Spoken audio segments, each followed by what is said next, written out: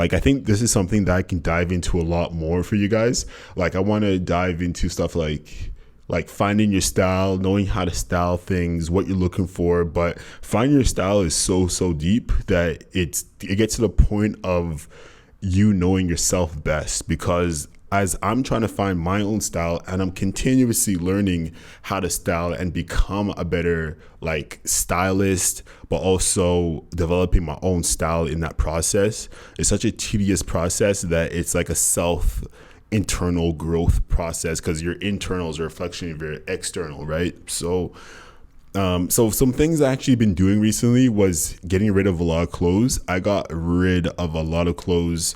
Every season I try to get rid of a lot, but this season, as we're in the midst of summer, I got rid of a lot of things I haven't been wearing for the last 3 months to a year. And those are these are like actually tips that you guys can use, where if you're not wearing something within the last 3 months, get rid of it, because it's going to be there for the next 3 months again. And what you want to essentially do is wear staples. You want to get to a point where you have your essentials and you know where they are, and you're going to be wearing those on rotation. So when you start defining what your style is, you have a better understanding of like how I want to take it, where I want to go with it, and what I want to develop. One thing I'll say is, when it comes down to defining your style, is stay off the internet. Like, I know we're on the internet right now as we talk, but stay off the internet, because the internet is so influential that you kind of get lost in the sauce. And I kind of got to that point where I realized of my own style. I was like, one time I was just sitting there, and I always have like thoughts and shit, and I'm like, yo, like, who is my favorite superhero as a child? Like, those are some questions I asked myself, and I was like, yo, I don't even know. Because one, it was like, the internet is so like influential in our lives that, like, after you step away from the internet, you're like, what am I gonna do? Like, what is there to do? You feel like there's nothing else existing, because you're not like consistently looking at something or entertaining yourself. And I kind of realized how bad it got, where I realized I just have to step back and like figure my shit out. Sorry, did I swear it on this? Figure my stuff out.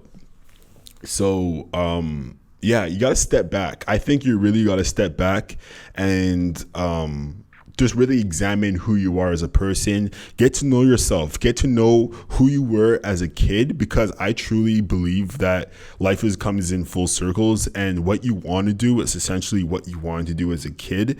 And have that passion, have that drive, because I'm in a place, grateful enough in a place to finally do things that I actually want to do. And it took me a long time to get there, and I'm 29. So it's never too late to start doing what you want to do. But I think this will be a very key point for someone who wants to define their style and develop their own style. And I have talked about like iconic styles, and I dropped a video last week around this, how to dress like an icon. But this is kind of a little bit more deeper, because within dressing like someone else for the day, but when you start dressing like yourself, that's more influential in your own life. And I want to start embracing that, and I want to start showing you guys like, hey, dressing like you is like the most fireest thing ever. And also, it's just like the way you wear things compared to how like a model or like a celebrity will wear it will never be the same, because your body shape is not like their body shape at all. So the way it cuts, the way it looks on you, the way it's cut, the way it's sewn, the way it's tapered, it's completely unique, and only you can do that, no one else. So finding your style is super important, man. And it's kind of like looking back to who you were as a person. One thing I would like to tell you guys is that for me, I talked about this briefly, but I have a big skateboarding background. I love to skate. I love to be in the culture of that, where it's a little bit more rebellious, a little more on the edge. And I realized with my own style, I love the skate culture and Japanese culture because I grew up in Vancouver, and majority of the population out there are Asian or Asian white. So typically when I seen a lot of Japanese styles or influences in Chinatown or downtown Vancouver, there's a lot of people wearing things that were just different or were from like their hometown of Tokyo or China. And the things that I've seen there and the exposures I got was really influential in my own life. And I used to do an internship. Shout out to Nick Focus. I used to do an internship at like a boutique in Gastown. So typically I often went there while I was in fashion school, tapped into the culture there, helped them curate events, talked about designs, took photos, was a model. So those are my influences that really brought me into Japanese streetwear. And just to talk about that and think about that makes you realize why my style is a certain way. And there's always people that you run into in life that have immaculate style, and something that about them really transpires into you. So for example, like back in high school, back in college, there was this girl named Esther. Her style was so fire. She wore like all black. Shout out to her, man, because she influenced me a lot. Like just showing me how to like dress.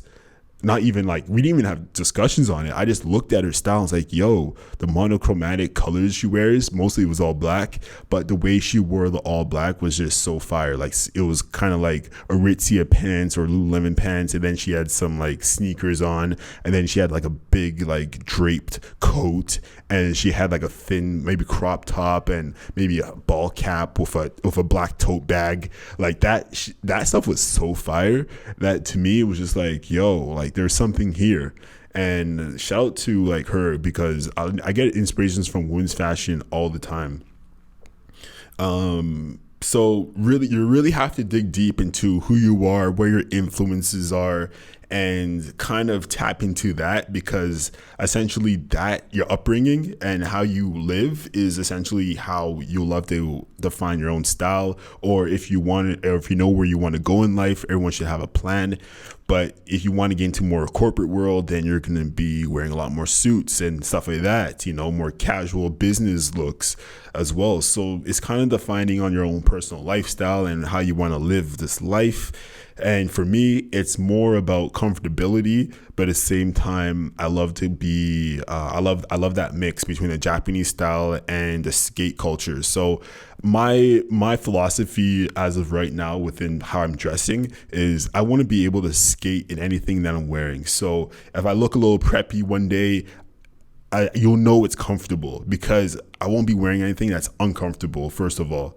So if I can just whip out my skateboard, bomb the streets, or go to the convenience store, the bodega, wherever, in what I'm looking like, then I'm like really, really comfortable in it.